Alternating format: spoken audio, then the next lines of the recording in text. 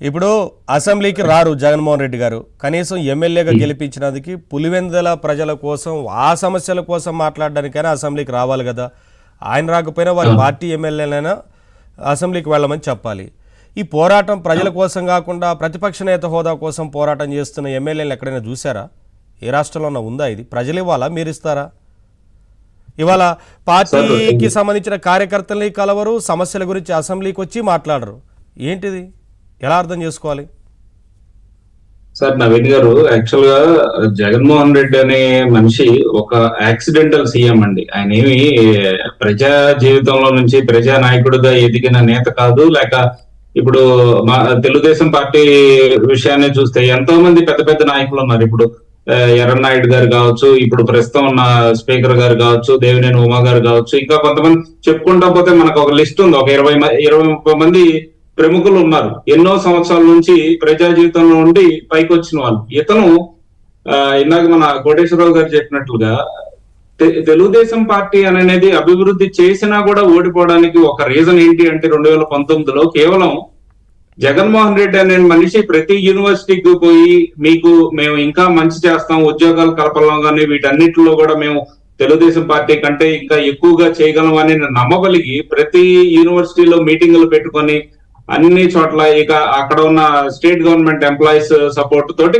ఆయన ఏదో నెట్టుకొచ్చాడు. కానీ మామూలుగా అయితే ఇతను ఎన్నికైన వెంటనే అర్థమైపోయింది అక్కడ సీన్ ఏంటి అని అనేది. ఈయన చేయగలడా చేయలేడా ఏంటి అని అనేది అర్థమవుతుంది ఎవరికైనా కూడా. ఒక అడ్మినిస్ట్రేషన్ అంటే ఏంటో తెలియని మనిషి ఇంకొక 100 మందిని సలహాదారులుగా పెట్టుకొని ఒక్క సలహా కూడా తీసుకోకుండా ఒక ఒంటెద్దు పోకడితోటి ముందుకు పోయిన మనిషి ఎవరైనా ఉన్నారంటే కేవలం జగన్మోహన్ రెడ్డి మాత్రమే. సో ఈయనకి పరిపాలన మీద కావచ్చు, అక్కడ అడ్మినిస్ట్రేషన్, ఈ రెండింటి మీద ఎటువంటి గ్రిప్ అనేది లేదండి. ఆయనకి తెలిసిందే మోనోపోలీ ఒకటి, ఎవరి మాట వినకుండా ముందుకెళ్ళటం అనేది ఒకటి. దాని ద్వారా ఆయన 5 సంవత్సరాల్లో ఆయన నష్టపోవటమే కాకుండా రాష్ట్రాన్ని, రాష్ట్ర యువతని అందరినీ మోసం చేసి అందరినీ ఇబ్బంది పెట్టిన స్థితికి వెళ్ళాడు. అందువల్లనే ఈ రోజు అందరికీ హితబోధ వచ్చిన తర్వాత ప్రతి ఒక్కరు ఇతనికి మనం మళ్ళీ ఇంకొకసారి ఓటు వేయకూడదు అని డిసైడ్ అయిన తర్వాతనే ఇక ఈ అఖండమైన మెజారిటీ 164 తోటి కుటుంబ ప్రభుత్వం అనేది విజయవంతంగా గెలవడం జరిగింది. ఇక తర్వాత కూడా ఇందాక మీరు చెప్పినట్లుగా కేవలం ఒక అభివృద్ధి అనే ఒక్క దాంతో మాత్రమే ఎలక్షన్స్ జరగబోతున్నాయి నెక్స్ట్ 2029 అనేది. ఎక్కడా కూడా ఇది చంద్రబాబు నాయుడు గారికి లేదు అని అంటే జగన్మోహన్ రెడ్డికి మధ్య జరిగే ఎన్నిక కాదు. ఖచ్చితంగా అభివృద్ధికి మాత్రమే ఒక మేజర్ స్కేల్ ఒక కొలమానంగా తీసుకొని జరగబోయే ఎన్నిక ఏదన్నా ఉంది అని అంటే అది 2029లో జరగబోయే ఎన్నిక.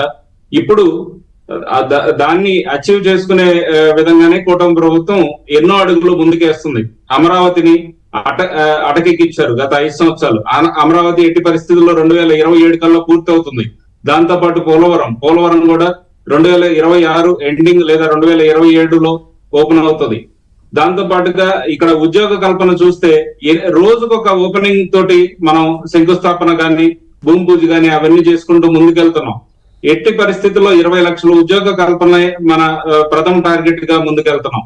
ఇప్పటికీ వచ్చిన కంపెనీలు వాళ్ళు ఎంఓయూలు కుదుర్చుకున్న పద్ధతి చూస్తే ఈ 9 నెలలు 10 నెలల కాలంలో దగ్గర 8.5 లక్షల మందికి ఉద్యోగ అవకాశాలు కల్పించే విధంగా ఆ ఎంఓయూలు జరిగింది.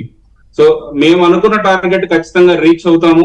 ఎట్టి పరిస్థితుల్లో ప్రస్తుతం ఉన్న యువతని ఇదివరకు ప్రభుత్వం ఏమార్చి అప్పుడు ఒకసారి నెగ్గగలిగింది. ఇక మీదట ఆ ఛాన్స్ అయితే ఉండదు. ఖచ్చితంగా వైఎస్ఆర్సీపీ ఇప్పుడు ఎలాగైతే వాళ్ళ పార్టీ అద్దె కట్టలేని సిచ్యువేషన్స్ లో సెంటర్స్ అన్ని మూసుకుంటా వెళ్ళిపోయిందో ఆ కార్యాలయాలు, నెక్స్ట్ పార్టీ కూడా మూతపడిపోయే రోజు అతి తొందరలోనే ఉంది.